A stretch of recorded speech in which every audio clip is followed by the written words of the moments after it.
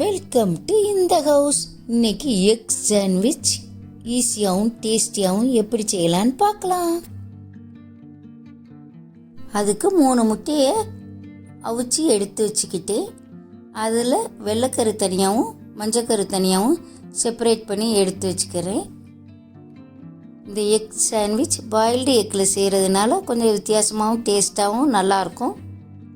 இந்த சாண்ட்விட்சை பிரேக்ஃபாஸ்ட்டாகவும் எடுத்துக்கலாம், ஸ்நாக்ஸாகவும் எடுத்துக்கலாம், லஞ்ச் பாக்ஸுக்கும் எடுத்துக்கலாம். ரொம்ப நல்லா இருக்குங்க, செய்கிறது ஈஸியாக இருக்குங்க. இப்போ இந்த வெள்ளைக்கருவை பொடி பொடியாக கட் பண்ணி நல்லா பொடி ஸ்லைஸாக ஆகிற மாதிரி கொத்தி எடுத்து வச்சுக்கிறேங்க. செப்ரேட்டாக எடுத்து வச்சுக்கிற மஞ்சக்கருவை நல்லா மேஷ் பண்ணி விட்றேங்க. மேஷ் பண்ணிவிட்டு இதுக்கு தேவையான உப்பு கொஞ்சம் சேர்த்துக்கிடணும். பெப்பர் ஒரு 1/2 ஸ்பூன் சேர்த்துக்கிறேங்க. அது எல்லாத்தையும் நல்லா மிக்ஸ் பண்ணி கலந்து விட்டுட்டேங்க.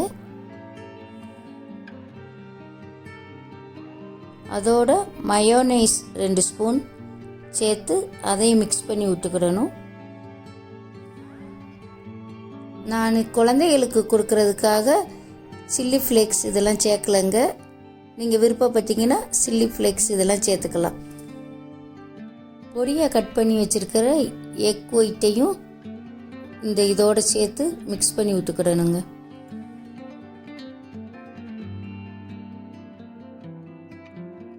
ஒரு கேரட்டை க்ரஷ் பண்ணி இதோட சேர்த்துருக்கேன்.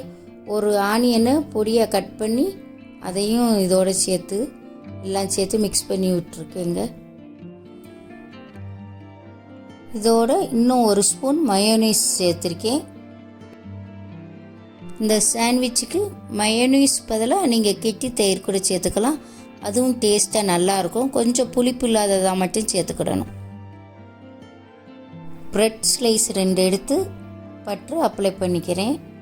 உங்களுக்கு ஒயிட் ப்ரெட்டு ப்ரௌன் ப்ரெட்டு எதுனாலும் நீங்கள் உங்கள் ஆப்ஷனல் எடுத்துக்கலாம். கடைகளில் சாண்ட்விச் ப்ரெட்டுன்னு தனியாகவும் கிடைக்குங்க, அது யூஸ் பண்ணாலும் நல்லா தான் இருக்கும்.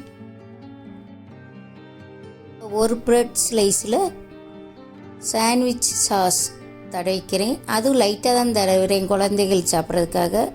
உங்களுக்கு தேவைன்னா நல்லா அப்ளை பண்ணிக்கோங்க. 2 ஸ்லைஸ்லேயும் அப்ளை பண்ணனாலும் பண்ணலாம். நான் ஒரு ஸ்லைஸில் தான் அப்ளை பண்ணியிருக்கேன். இப்போ நம்ம முட்டையில் மிக்ஸ் பண்ணி வச்சுருந்த கலவையை ஒரு ப்ரெட்டில் அப்படியே எடுத்து வச்சுக்கிடணுங்க.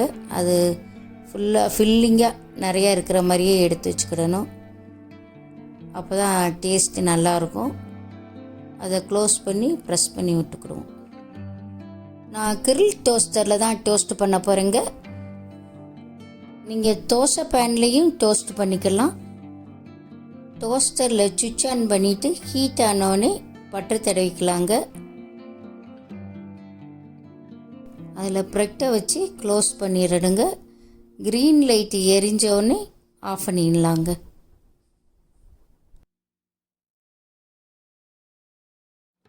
இதுக்கு கரெக்டாக 1 நிமிஷம் தாங்க ஆகும். உடனே டோஸ்ட் ஆகிரும். ஓப்பன் பண்ணி பார்த்தீங்கன்னா நல்லா டோஸ்டான ப்ரெட்டு ரெடி ஆயிடுச்சு பாருங்கள். இது ஸ்லைஸ் பண்ணி எடுத்துக்கலாங்க. தோசை பேனில் 2 சைடும் திருப்பி போட்டு பண்ணிங்கனாலும் டேஸ்ட்டாக நல்லா இருக்குங்க. இதை ஸ்லைஸ் பண்ணி சர்வ் பண்ணலாங்க. இது உள்ள நல்லா ஜூஸியாகவும் டேஸ்ட்டாகவும் சின்ன பிள்ளைகள்லாம் சாப்பிட்றதுக்கு ஏற்ற மாதிரியும் நல்லா இருக்குங்க. இது மாதிரி செஞ்சு பாருங்கங்க.